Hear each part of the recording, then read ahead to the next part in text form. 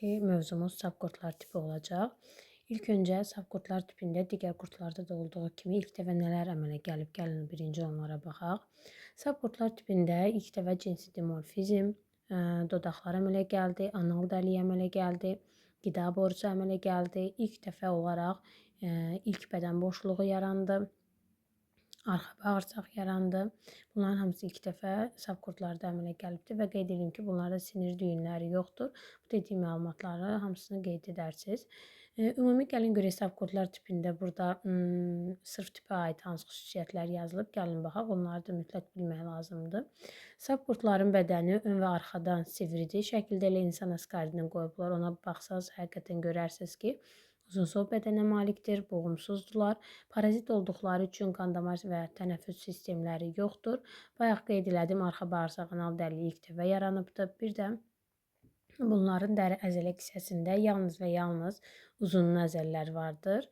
Yəni sizə sual verəndə ki, məsələn, sap qurtlar tipinin dəri əzələ hissəsinə nələr aiddir? Onda deyəcəksiniz dəri və yalnız uzun əzələlər. Yalnız uzun əzələlər olduğu üçün onlar bədənlərini uzaldıb qısalda bilmirlər və yalnız dalğavari hərəkət edirlər. Məsələn, elə insan askaridir. İlk bədən boşluğu yarandı, bunu qeyd elədim. Daha sonra cinsi dimorfizm yarandı, ayrı cinsiyyətlik yarandı bunlarda. Yəni bunların çoxalması üçün mütləq iki fərd olmalıdır, həm dişi və həm erkək fərd olmalıdır ki, onlarda deməli çoxalma prosesi gedə bilsin. Lakin hermafrodit heyvanlarda belə deyildi. Yadınızdadsa bundan öncəki məsələn yastı qurtlar tipində biz deyirdik hermafroditdir heyvanlar. Düzdür, bəzi heyvanlar hermafrodit olsa da mayalanma çarpaz gedirdi, amma yəni bir fərdin üzərində həm dişi, həm erkək cinsiyyət orqanları yerləşmiş olurdu. Sap qurtlar tipinin əsl sap qurtlar sinifini öyrənəcəyik. Əsl sap qurtlar sinifini siz başqa cür nematodlar da adı altında eşidə bilərsiniz testlərdə və yaxud da müəllimlərdən eşidə bilərsiniz. Yəni nematodlar əsl sap qurtlar sinifi deməkdir. Biz əsl sap qurtlar sinifinə aid olan insan askaridini öyrənirik. İnsan askaridinin quruluşuna bu şəkildə baxanda görürsünüz ki, dişi və erkək fərdi fərqlidir. Dişisi daha uzundur, erkəyi isə nisbətən arxa hissəsi qarın tərəfə doğru qıvrılmışdır. Dişi fərdi 15-40 sm, erkək fərdi isə 15-25 sm uzunluğundadır. Və bədəni xaricdən kutikula ilə örtülübdür. Bunlar bağırsaqda yaşayıb parazitlik elədiyi üçün kutikulaları həzm şirələrinə, bağırsağın həzm şirələrinə qarşı daha davamlıdır ki, bu da onun orada yaşayıb qidalanmasına kömək eləyir. Sormaçları, qarmaqları yoxdur və ağzı 3 dodaqlı ağzı vardır ki, bu da həzm sistemində ardıcıllığını mən sizə qeyd eləyəcəm. Hərəkəti necədir? Hərəkətini də bayaq qeyd elədim ki, yalnız uzun nəzərlərdən təşkil olunduğu üçün bədənini uzadıb qısalda bilmir. Yalnız dalğavari hərəkət edir. Həzm sisteminin ardıcıllığına baxanda burada şəkildə də göstərilibdir. 3 dodaqlı ağzı var. Ağızdan udlağa, qida borusuna, orta və arxa bağırsağa və ilk dəfə anal dəliyi əmələ gəlmişdi. Ona görə də həzm olunmayan qida qalıqları anal dəliyi vasitəsilə xaric olunur və anal dəliyi olduğu üçün bunlarda artıq həzm sistemi bir istiqamətlidir. Yadınızdadırsa bundan öncəki heyvanların bəzilərində biz deyirdik ağızdan daxil olur, həzm olunmayan qida qalıqları ağızdan da xaric olur. Ona görə də həzm iki istiqamətlidir. Yalnız amma bunlarda belə deyək də, anal dəliyi artıq yarandığı üçün həzm sistemi bir istiqamətli olacaq. İfrazat sistemi necədir? İfrazat sistemi 2 dənə ifrazat kanalından ibarətdir. Onlar da bir-biri ilə birləşərək bədənin ön hissəsində tək axarla xaricə açılmış olur. Tənəffüs sistemi bağırsaqda yaşayır. Ona görə də anaerob mühitdə olduğu üçün xüsusi bir tənəffüs orqanı yoxdur deyirik. Sinir sistemi yuxarıda da bayaq dərsi başlamamışdan öncə qeyd elədim ki, bunlarda sinir düyünləri yoxdur. Ümumiyyətlə xüsusi bir hiss orqanları yoxdur. Amma belə deyək də sinir şaxələri var, sinir halqası var ki, həmin o sinir halqasından sinir şaxələri uzanır. Daha sonra çoxalması inkişafı. Bunlarda mütləq yenə də toxumluqların, yumurtalıqların sayını dəqiq bilməliyik. Çünki testlərdə sizə rast gələcəkdir. Dişi fərddə 2 yumurtalığı var, erkək fərddə 1 toxumluğu var. Eynən qaraciyərin əksidir. Qaraciyərdə 1 yumurtalıq, 2 toxumluq, insan askaridində isə 2 yumurtalıq, 1 toxumluq vardır. Və Bunun yetkin fərdi, yəni oksigensiz mühitdə, anaerob mühitdə yaşayır, sürfəsi isə aerob mühitdə yaşayır. Biz bilirik ki, həmişə bundan öncəki heyvanları da öyrənəndə düzdür, orada əsas sahibi, aralıq sahibi deyirdik. İnsan askardı yalnız insanda yaşayır. Artıq əsas aralıq sahibi burada qeyd eləməyəcəyik. Bağırsaqda askarit yumurtalarını qoyur və yumurta xaricə düşür. Xaricə düşmüş yumurtaların inkişafı üçün mütləq 3 dənə şərt lazımdır ki, o yumurta daxilində sürfə inkişaf edə bilsin. Yəni bu 3 şərtin hər hansı biri olmazsa, o zaman yumurta daxilində sürfə inkişaf edə bilməyəcək. Və bu 3 şərt hansıdır? Rütubət, yəni su olmalıdır, müəyyən istilik, temperatur olmalıdır və oksigen olmalıdır. Bu 3 şərt olandan sonra yumurta daxilində sürfə inkişaf edir və həmin o yumurta daxilində sürfə insanın həzm sisteminə düşərək yumurtadan kiçik sürfələr çıxır. Sürfə bağırsağın divarını belə deyək də deşib qana keçir və qan vasitəsilə gəlir ağciyərlərə. Ağciyərlərin alveollarını zədələyir və nəticədə öskürək əmələ gəlir.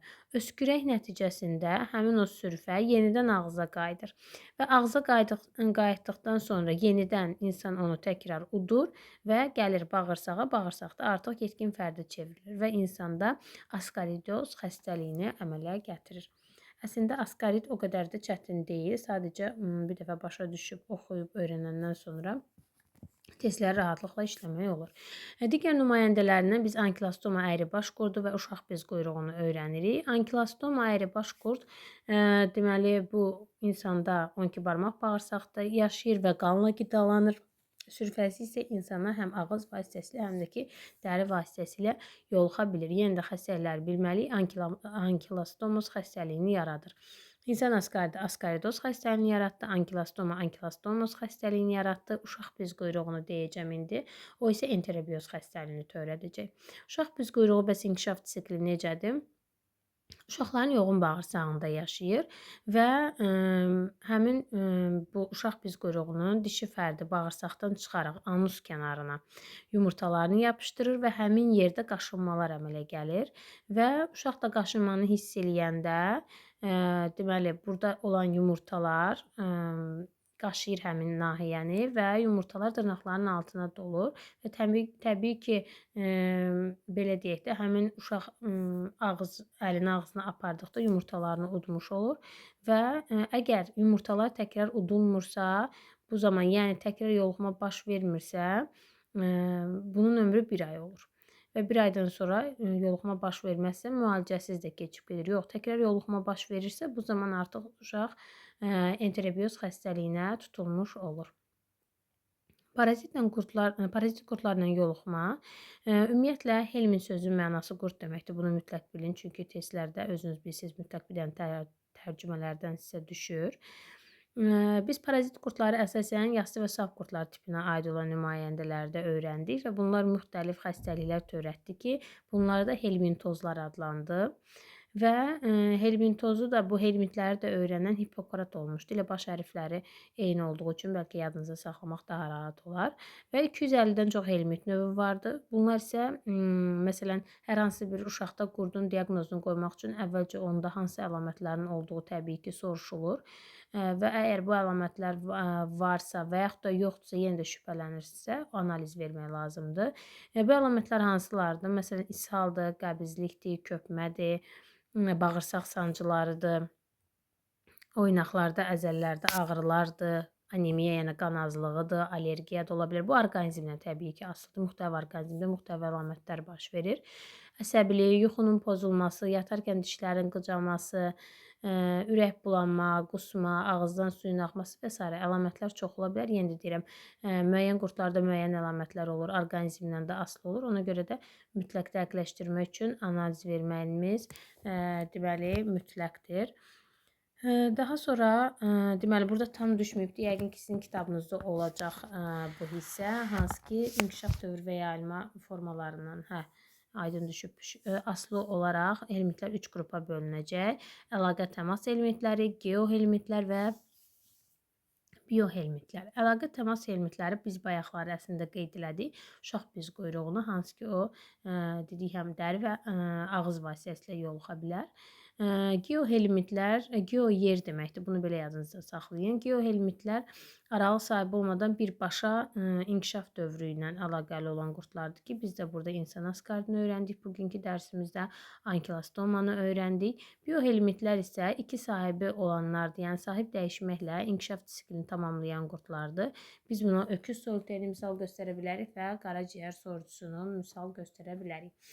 Əslində bugünkü dərsimiz o qədər də çətin dərs deyil. Sadəcə yaxşı oxuyub öyrənmək lazımdır. Daha sonra mən sizə bəzi şeylər deyəcəm. İndi onu öz dəftərinizdə qeyd eləyərsiniz. Çünki məsələn düşür ki, hansı qurd insanın hansı qan dövranında rast gəlinir. Məsələn qaraciyər sorucusu insanın böyük qan dövranında rast gəlinir, kiçik qan dövranında rast gəlinmir. Öküz soliteri ilə uşaq büz quyruğu ümumiyyətlə insanın nə böyük qan dövranı, nə də kiçik qan dövranında olmur. Exnokokdur, əyribaş qurddur və insan asqarididir. Bunlar isə insanın həm böyük qan dövranında, həm də kiçik qan dövranında rast gəlinir biz deyirik. Daha sonra bir də belə bir şey qeyd edin ki, kitabınızın kənarında insan asqaridi insanın arterial qan daşıyan damarlarında olmaz. Bu cümləni nəyə görə qeyd elədim? Çünki testlərə deyəcək ki, məsələn, insan asqaridi hansı aşağıdakı damarların hansında rast gəlinər və yaxud da hansına rast gəlinməz. Ona görə də siz konkret bilsəz ki, insan asqaridi arterial qan daşıyan damarlarda olmaz, artıq o sualı asanlıqla tapa biləcəksiniz. Bu da belə. Deməli, bugünkü dərsimiz bu qədər. İnşallah gələn mövzuların təkrarında bir daha növbəti mövzuları izah edərəm.